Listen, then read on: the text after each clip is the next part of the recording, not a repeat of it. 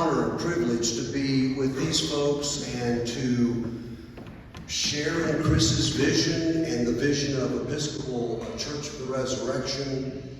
It's a happening place. A lot of mustard seeds. And you meet folks like Chris and John.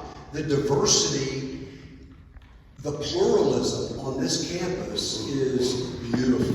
And it enriches rather than divides. And that's part of what we want to explore today. I wanted to start officially with Chris's question, why Jimi? And he wrote in his Facebook post, I love this, the world needs leaders and role models whose primary objective is, in all caps, everyone's well-being. Bravo, Chris. Thanks so much, man. Okay, so we are going to introduce ourselves. Chris already introduced me. I'm going to give the mic to Simone Toma Flowers. Our mission is to cultivate peace and respect through interfaith dialogue, service, and celebration. So everything that we do is about connecting with each other. And in a nutshell, it's about reducing prejudice. It's about opening our hearts to each other. And of course, we do this through a multitude of ways. One is through service programs where we bring people together to work on a service project, maybe to repair someone's home. Or two, it's working with refugees, teaching English language instruction. Where you're working with someone with an end goal in mind. And then we do interfaith dialogue where we bring people of diverse faiths, different beliefs, different cultures together to have a conversation. And a lot of times, too, you'll focus on universal virtues such as forgiveness, gratitude. And it's a very structured conversation, but it's about being in that same space, and it's about opening your heart to each other through listening. And it's about building skills in just listening and seeing the humanity of the person in front of you. And then fourth, we have this program where every month we go to a different congregation.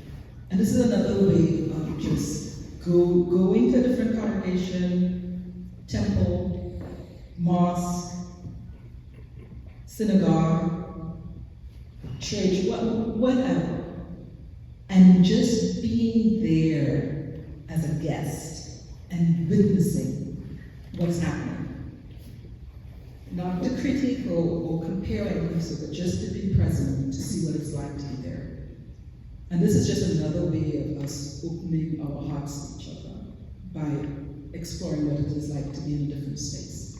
And then we just started this new program called Financial Literacy. It kind of comes right back to, because it's about how do we break that cycle of poverty, where we work with so many people who are impoverished. How do we look beyond the now and see about ways of supporting young people and having hope for the future?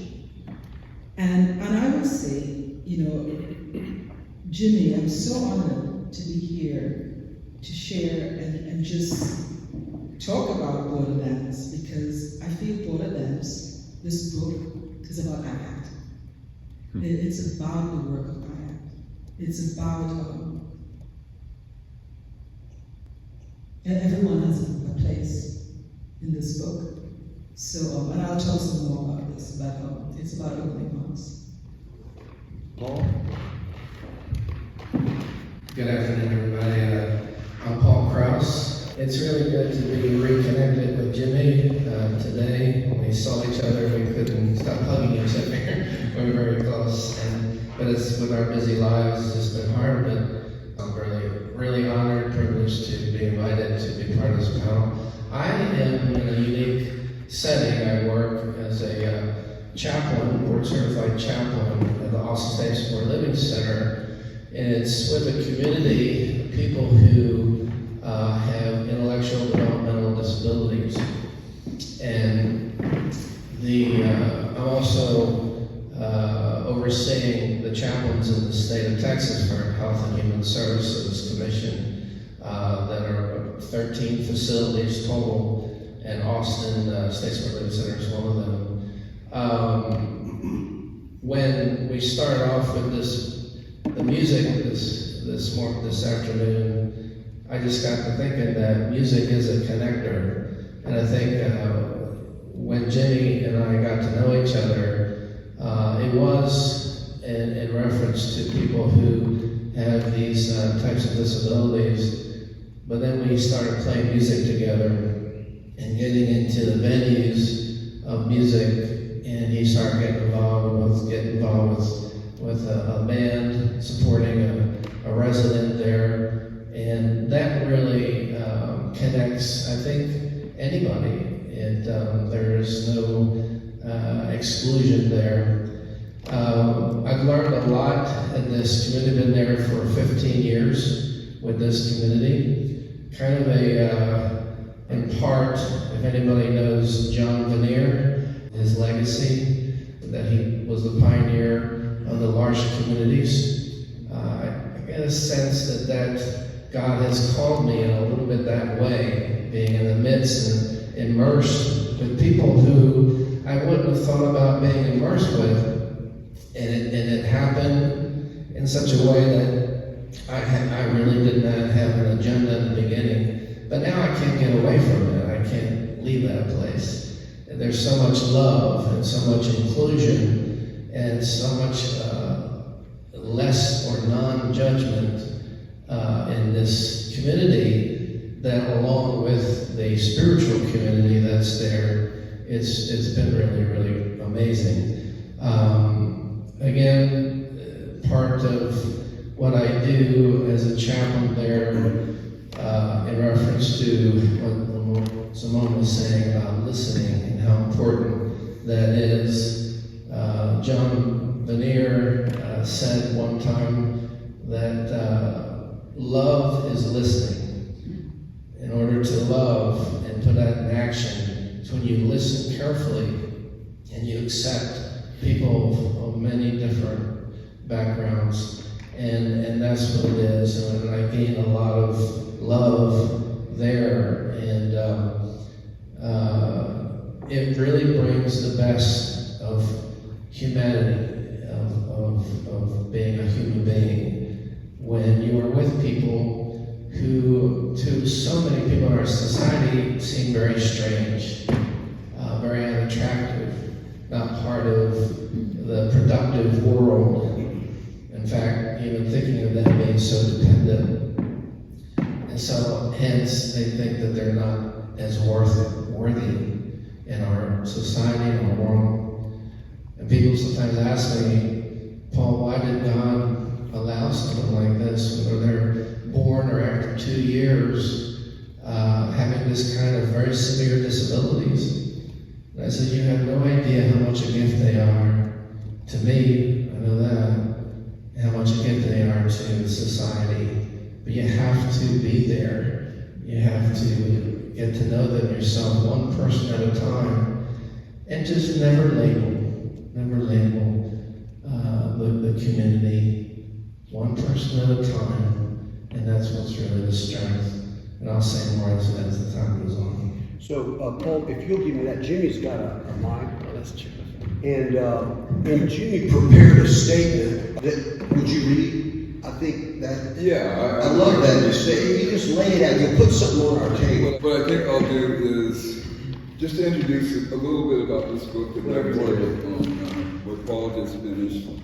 And this is my first book. It's called The Story of Rhythm and Grace. What the church can learn from rock and roll about healing the racial divide. And my background is in rock and roll music, and hence the title. For those of you who don't know, I started playing music about 15 years old. My first recording record was way back when, and it was a dance song called The Swim. And it took off, and it became a dance that you used to see. You ever see anybody dance like this? You know why they do?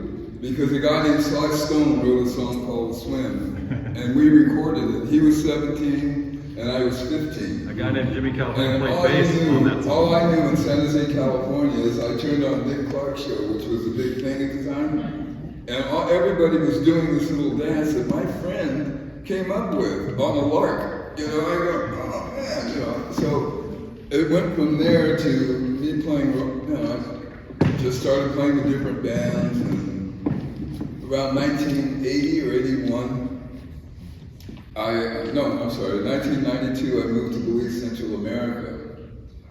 And I started living in the Caribbean. And there's something about Caribbean people where there's an acceptance of everybody. Belize was like a little melting pot. But the beauty in it was there was only 40,000 people in the whole city. I had come from Los Angeles, California, where there was 13 million, just in the LA Metroplex. It was so big that Julaine, my wife, lived on the other side of town. I never heard of it before. I said, where are you from? She goes, I'm from West Covina. I go, where's that? She goes, it's in the valley. And I had to go home and look on the map to see where it was. That's what living in Los Angeles was like. But Belize was quite different. So every day you walk down Regent Street or you'd see somebody come. Well, that person could be Chinese, but then again, they might not be. Oh, they might be Indian, but their hair is really curly. They might be this, they might be that, they might be this. And since people look so different from each other, yet the same, most of the labels that we use here to categorize people were gone. You only talked about people in increments. Oh, he's clear. Oh, he's dark. Oh, you know, just nonchalantly. And I thought, man, this is great. I lived there 9 years and I didn't have to fill out forms and assign myself to a racial category. I came back to the United States and ran right back into it again. I came into a church and ran into it worse. I worked in a church here that half the staff didn't even speak to me. I'd meet them in a lobby and they wouldn't even make eye contact with me. Since I wrote the book, how are we going to bridge this racial divide? This man here I met, and I got deeply involved within the disability community. From there I learned, how is it that a human being can learn to see the beauty in everything and everybody that has ever been made? There's no better place to start than living and immersing yourself in the disability community. Because I would see people on a weekly basis that were nonverbal, they couldn't talk. The only communication I was able to have with them was to look them in the eye. And when I looked them in the eye, that I could see and feel the love back. I learned to love them and look forward to seeing them every week. There are people that I would just have on my mind and my heart for a whole week that you would never even take a second look if you passed them on the street, because in some people's mind they don't matter. So I wrote a second book called The Art of God that addressed learning to see the beauty in everyone, and it's a skill. It's an acquired skill.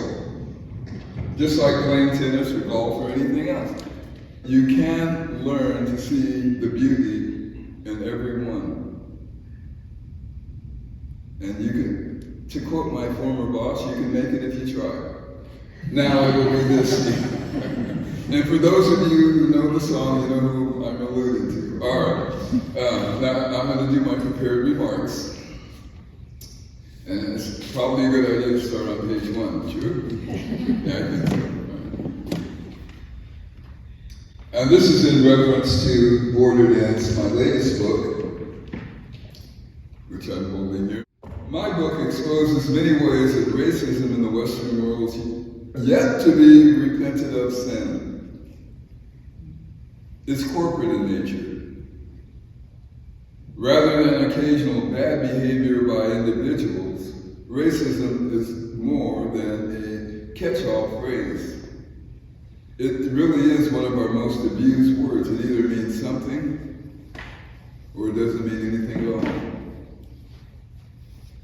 But that leaves the door open for it to be defined any way anyone chooses. Okay, now I'm going to simplify my position, go off script. If you live each day, you go every day believing that there are separate races, there are different races. I'm a black person, that makes me something in this category. Steve is a white person, that means something. And everybody has a different racial group they belong to. Would you be surprised if that might make you a racist? Evolved in racism? Because you can't go a day without thinking about people in one as being belonging to one race or another. You see the correlation? People live every day thinking there are different races, and because they think that, decisions will be made, and they affect the lives of millions, millions upon millions. So that's what my writing's about. My writing's about how to cross these borders and how, there's something about a border, and there's something about a bridge, because we want to bridge a divide, right? But you have to remember what a bridge is. Bridges are really beautiful things. I'm from the San Francisco Bay Area. There's lots of bridges. The Golden Gate Bridge is really good looking, cool, and everything. But the functionality of it is, it gets walked over, driven over, ran over. When you're the bridge, you have to expect some bad, you're not the beautiful structure. If you're bridging something, then you're the one that's getting driven over. And I even ran a marathon over it once, anyway. So that's the bridge analogy. Bridges are really good to look at, but you don't want to be the bridge. But I'm challenging everybody to give it a shot and be willing to be a bridge to someone. And it won't be easy. I know I went off script, Steve, so bring me back in, my friend. Are you done? Yeah, I'm done. Okay, so here's what I'm going to say in response, and then we'll open it up. Have y'all seen American Fiction yet? It's great because it makes that point. There's this author, he's black, and he writes deep literary philosophical works that no one buys. He sees one day that the best-selling author is a black lady who writes in black slang about gangsters and hard life in the ghetto. And it's a bestseller. And so just to make fun of it, in one day he writes a gangster novel. And it's a bestseller. The white people buy it, right? Because as Naomi Klein argues in her recent bestseller called The Doppelganger, it's about the doubles. She writes that we tend to perform and then partition, and then we create these borders. But when, as she writes here I quoted it, she writes about the doppelgangers who are racial. For example, she's Jewish, and she says when people see me, they see Shylock. They see my doppelganger. They don't see me. And she writes, when folks look at black people, they see sharecropper, gangster. And when Jimmy has mentored me a lot on this, as well as Simone and Hayat, about how, well, in Jimmy's case, when we go to lunch and I try to talk politics, he says, no politics. I don't talk about politics, but so much is at stake. We've got to, no politics. And I finally got the epiphany, the light bulb. Jimmy is so deep in Christ, in the deepest kind of way, that he can transcend these divides, these partitions, and as he says over and over in all of his books, it's one human race, right? It's not races. That's a human construction. Well, at any rate, Naomi, and I really urge you to read this book if you can, she writes, to this day, blackness generates a doppelganger, a double, that is so treacherous to those it is projected upon. Because remember, you have to perform your brand. You have to be who the world perceives you to be. Then you partition the world accordingly. And then you have to project those things onto the other. So what she writes about is, it's so treacherous to those it is projected upon, and so unremitting in its persistence through the centuries that no activity is safe from being undermined by it. I go to lunch with Jimmy as often as we can afford to, and there was a lunch, and Jimmy would say things like, when the waiter or waitress would come to the table, Jimmy would say, "Did you see that?" I said, "What?" "She addressed you, not me. She saw my doppelganger, the blonde-haired, blue-eyed white boy, and she projected onto me a superiority to Jimmy." And then I said, "No, Jimmy, you're not, I can't believe that. I didn't see that." Well, it happens every time. And I finally realized that typically, over the centuries, the waiter comes to the table and projects the partitioned Jimmy. And she projects the partitioned Steve, and she doesn't see me, and she doesn't see Jimmy. So Jimmy has taught me to see differently and to listen for that. Jimmy, do you have a response to that? Yeah, actually. And then I want to get Paul and Simone's response. I have a good response. I think I'll read it from this book, in fact. Now that he's outed himself. This is one section in the book. It reads like this: just because you didn't see it doesn't mean it didn't happen. Lawyers use the word in the heading every day to argue that circumstantial evidence should be accepted as factual. What follows may seem like an unnecessary complaint by an oversensitive black author, but it is real life. And it's a real life example of how whiteness affects the daily lives of millions. One day I met a very close friend who was white. You're outing me? I'm outing him. I'm going to tell the official story. At a restaurant, and COVID restrictions were just in the process of being lifted. So the place was pretty empty. The server came over to the table, looked at my friend squarely in the eye, and then took his order.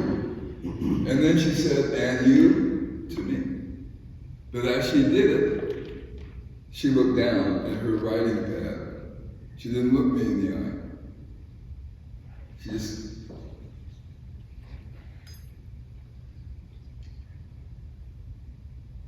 And then she left without so much as a glance in my direction. And she followed that same pattern when she would come, "Is everything okay?" She asked him, "Is everything okay?" As though I was unable to speak. When she asked for a water refill, he didn't notice this. She didn't ask me if I wanted a refill for whatever I had. She turned and left. She followed the same pattern, and when it came time to pay the bill, she came to the table, handed my friend a check, and turned and left. She didn't consider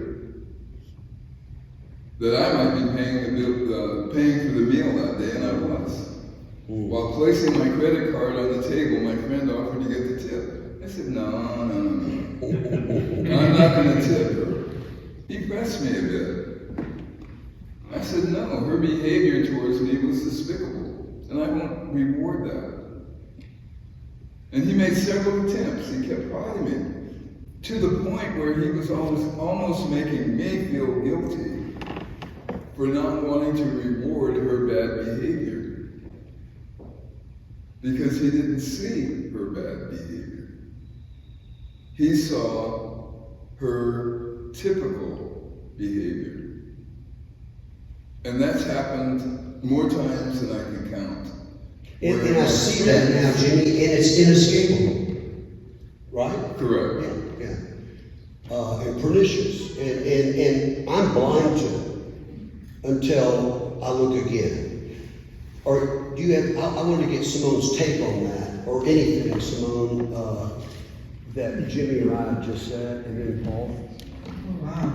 But I tell you what, reading Border Dance, I felt as though, I identified with so much of what you said in this book, and you were able to articulate it in ways that, for me it's just like, okay, take a deep breath and just put one foot in front of the next and move on. And it's so typical of just trying to get through the day. In the world of the work that I do. And, and as a woman, a black woman, it's a double whammy in the sense that, a lot of times too, I know I have to, as again, take a deep breath and say, okay, did you hear what I just said? Or just repeat the question. And I see that a lot in this book, that you bring about a point, and then you bring it about so gently, and then you repeat it again. Okay, just to make sure what I just said was this, or just have it in a different way. And so it's a gentle way of being full in your face. In saying, did you see what I just wrote, or did you hear what I just said? And it was just bringing it back into focus.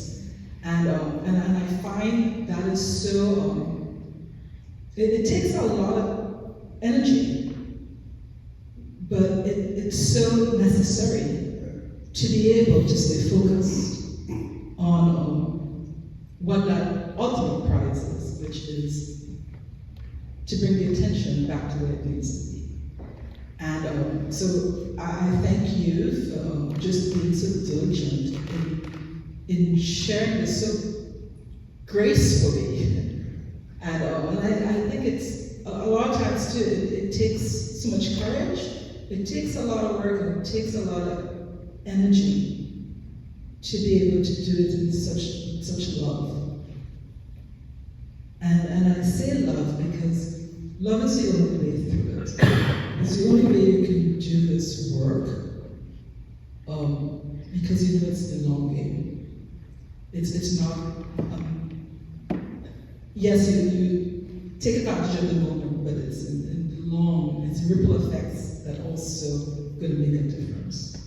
And so thank you, Jenny. Thanks, Paul. Yeah, I think that this dialogue that Jimmy and we have been having, that there's something what Jimmy is bringing to the forefront, which is, he has to be courageous in doing it, and some bit of a risk is to be confronting as a person that is not considered in the dominant culture. When I say dominant, quote unquote dominant, because it's really not a reality of humanity, but somehow or another, there's folks in the culture who is bound down to this particular value or particular way of seeing people, that they're the dominant culture, and folks that go into that culture very easily can feel pressed and thus don't have the confidence to speak out. And so that silence starts happening.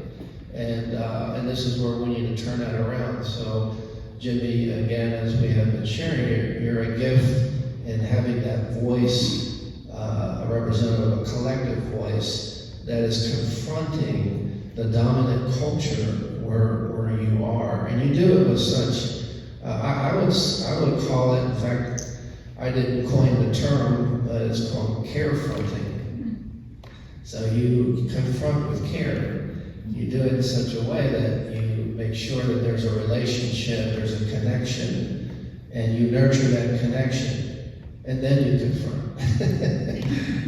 Meaning that you earn that trust, but you do it in such a way that you're already part of the mainstream, and you have all the confidence in the world, and that's really good.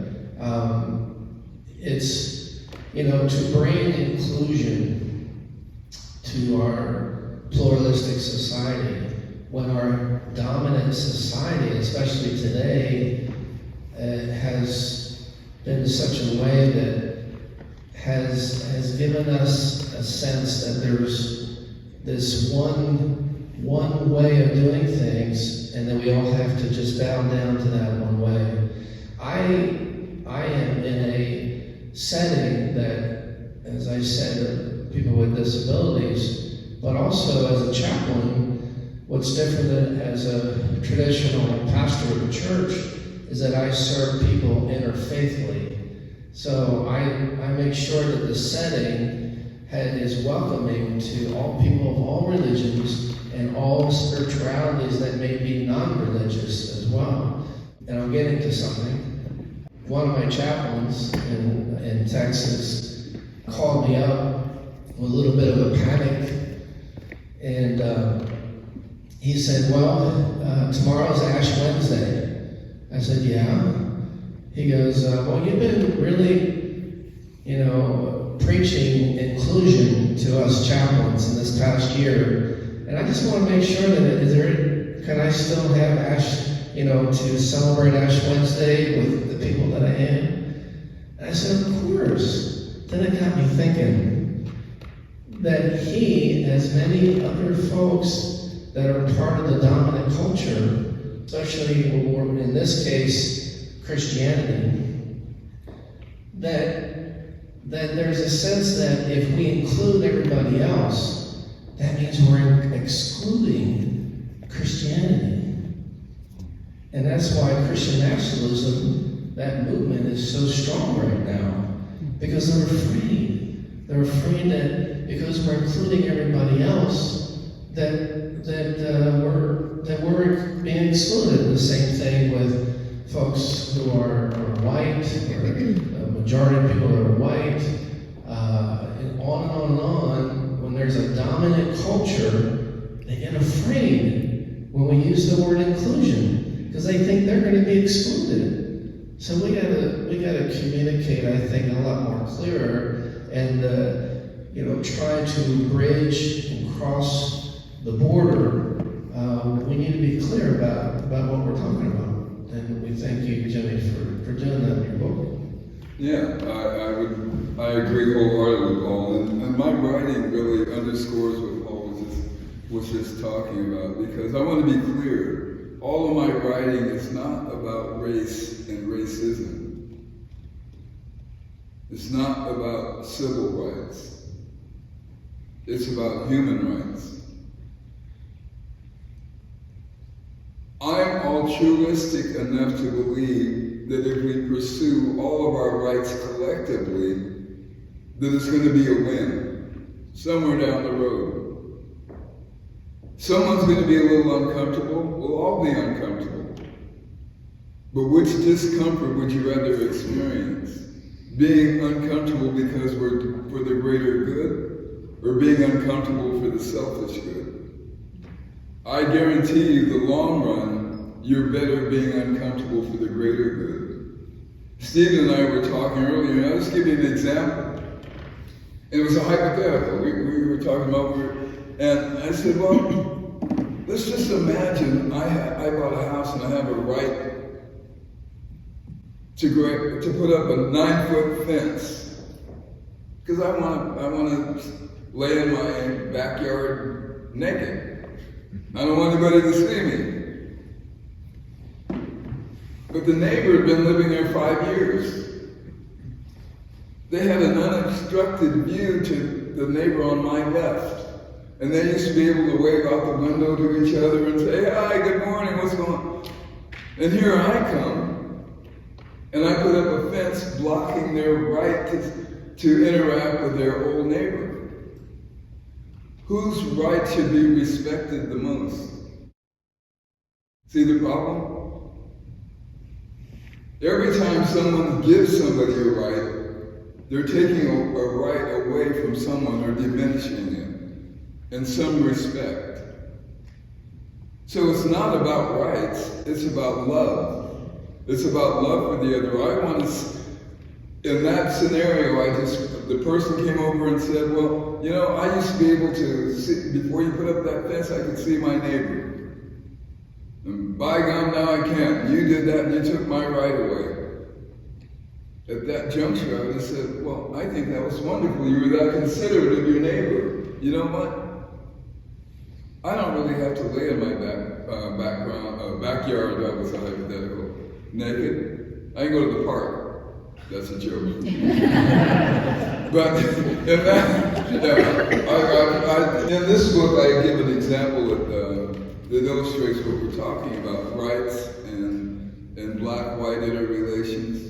During the slavery era, there's stories in the book, during the slavery era, this young man was being taken to be sold. The master's nephew was going to be the one who took him on the trip from wherever they were down to Louisiana to the slave market. During the journey, the kid got sick. Now, in the book where I got the story, there was a lot more. They talked about the abuse the kid went through. I mean, slavery was not just having a job you had to do every day with no pay. There was more. Not only stripped of your language, your country, all of those, there was beatings daily. If you didn't perform up to a certain standard you got. There was a lot, it was a lot uglier than when you watch Gone with the Wind. You know, that's that kind of earth. So that's what he's been subjected to all of his life. He's on the boat and he finds the guy gets sick. And he has the opportunity, there's an axe nearby. He has the opportunity to whack the guy over the head with an axe and escape. I mean, I would whack him, well, anyway, I would whack him over the head just for what he'd done to me, but you know, escape or not, it would have felt good for an hour. But you know, that's just me, that's how I thought. But anyway, so in the story, he has an opportunity to whack him over the head, and just as he lifts up the axe handle to come and wield the blow, he goes, no. One reason he decided not to do it was he's a Christian, and he didn't think his God would want him to do it. But the second reason, and to me, the more important reason and the more germane reason to our conversation today is, he said, I can't hate that guy that's laying there sickly. I cannot hate him for acting the way he should be acting. He's acting like everybody else in this culture. For him to think any differently, he would have had to stand outside of the culture and say, oh, what we're doing to these people is wrong. But most people aren't that self-critical. We don't stop and think what we're doing to other people. We don't think how our lives impact other people. And since this guy was just doing what everybody else was doing, and it was legal, I'm not going to take vengeance upon him because he's only doing what everybody else does, and that would be wrong. And I think that's what you were talking about, Paul. Inclusion requires making way for everybody. And the only way to do that is wanting the best for everybody. Jimmy, two things strike me about that. two things strike me. It's like, as long as I can see the other in terms of how they are branded, right? As long as I can see their doppelganger as, inferior, as a white guy who's considered superior, to give up that superiority would require me to not see gangsta or Shylock, but to see person in love, right?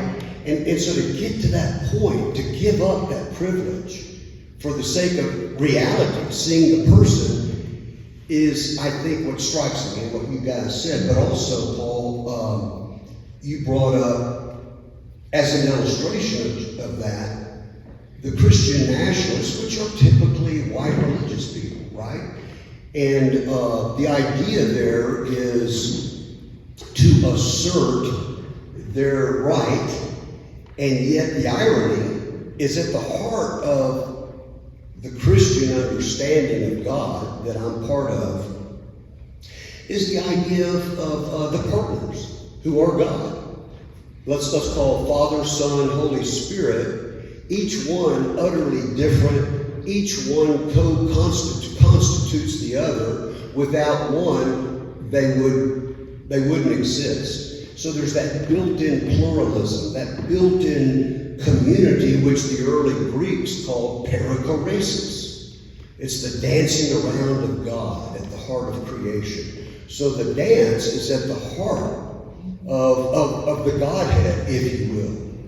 And so the irony again is to perform according to the brand, according to your doppelganger, and to then partition the world in those terms, and to then project that on everybody else, is to live in weird fear and hate. There's no love to that, because you can't see the person. And so I'll just share a real brief story and then pass it back on and see what you guys want to say. I was coming to a building where we do a lot of gift activities, the old parish hall, and there was a friend of mine who's producing a movie, and this was the premiere. And so I was a little early. I went by the Brentwood Coffee House, and I had my laptop, and I was glad to see it because I was going to go in and get a coffee and sit down and do some important stuff on my laptop. So I go in, I turn the corner to find a table, and the trans community in this area, I suppose, 20 to 30 people, if not more, were jammed in that space. And each one was so unique and different, but I immediately saw their doppelganger, trans people. People who are, and I love, it's not my issue, except it's so subconscious, it's built in. So I saw the doppelganger until they started singing. It was too beautiful. I mean, I have goosebumps on both arms. It was so beautiful. And then I didn't see trans. I didn't see lesbian. I didn't see any label. I just saw beauty and love. I gave them money. I talked. We had a blast. We became friends. And I think that's kind of how it happens for me. I have to work through a lot of filters, right? A lot of projections. So that's what I'm responding to. Those are the two things that came to me. Simone or Paul or Jimmy, any response? Or do y'all have a burning thought or question? Anybody? Yeah, thank you, Hiroki. And I would say again, it's like, how do we open our hearts to each other? That kind of comes to mind. What does it take? What does it take? And Jimmy, you had mentioned here that, when we have all these borders, and the borders, the barriers, it's what other way to keep people out, keep people in. But what does it take to penetrate that heart? That biggest border, that biggest barrier the choreography of altruism. right? Yeah. And when you talk about, the dance, how do we dance into people's Well, lives? I have a reading from the end of the book, and it's called border dancing. That's another joke, because once again, the title of the book is Border Dance. And I swear that if we do another one next year for the next book, I will bring cue cards. All right, so what I did was I used how we dance in Texas, or at least I've never really been to the Broken Spoke, but I imagine how people dance at the Broken Spoke. So you get in the line, you do this, and then you have a line, and you have to keep going like that. So if I step out of line, the thing falls apart. That's why the metaphor is there. But in the circle dance, just think what happens in the circle. Here, let's demonstrate that. I'm too Come on. Now watch. Go. Now look. I can see you. I can see you. I can see you. I can see you.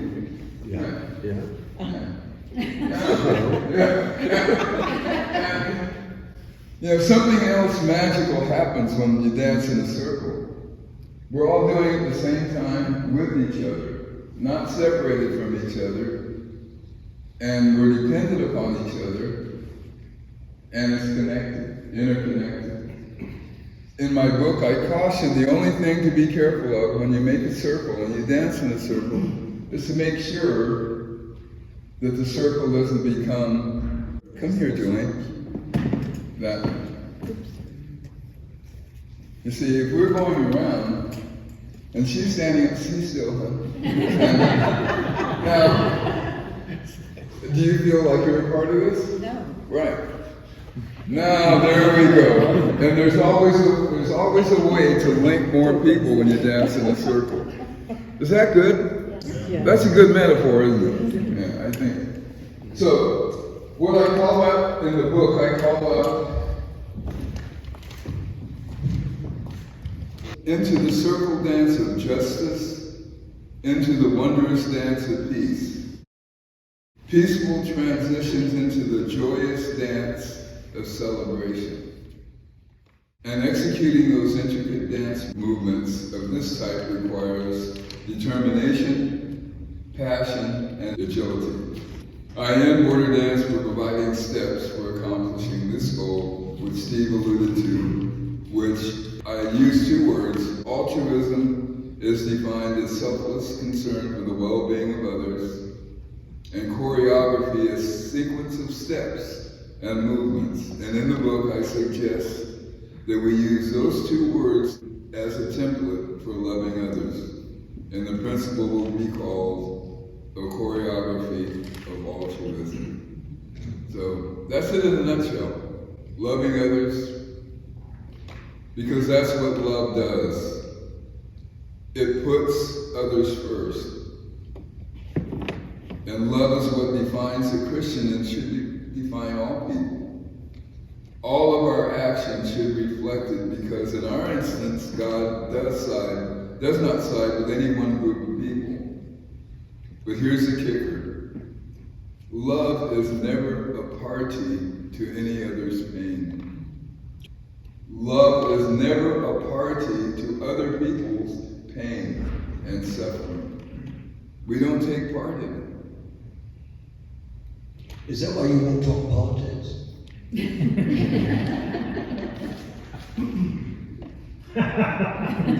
I'm not touching that, Steve. So what questions are begged given this conversation? Anybody have, what's the next question to ask? Jim? One of the best pictures we see in action now around us is the choreography of Altruism. You're asking, where is that happening? Yeah. Show examples. Okay. Okay. I act every day. I just want to say one thing too, that the book, Dance, you know, and in the very first few chapters of the book, when Jimmy talked about dance, and when I say dance, and he talked about, and I'm just gonna, Yeah, you're going. he talked about, you know, traveling all over the world, right? And seeing, and as he's playing, and he's looking out into the different audiences, and he's seeing people dance, and seeing people respond. And in that movement of dance, you know, there's this freedom that is a commonality among all these different people experiencing this music. And it brought back to me, you know, I'm from Trinidad and Tobago, from the Caribbean, and we have Carnival, which is just like in Rio de Janeiro, you know, Mardi Gras. You know, these things stem from slavery. You know, when slavery was abolished, you know, people would, you know, enslave people afterwards. I mean, they would go into the streets and rejoice and make music and so.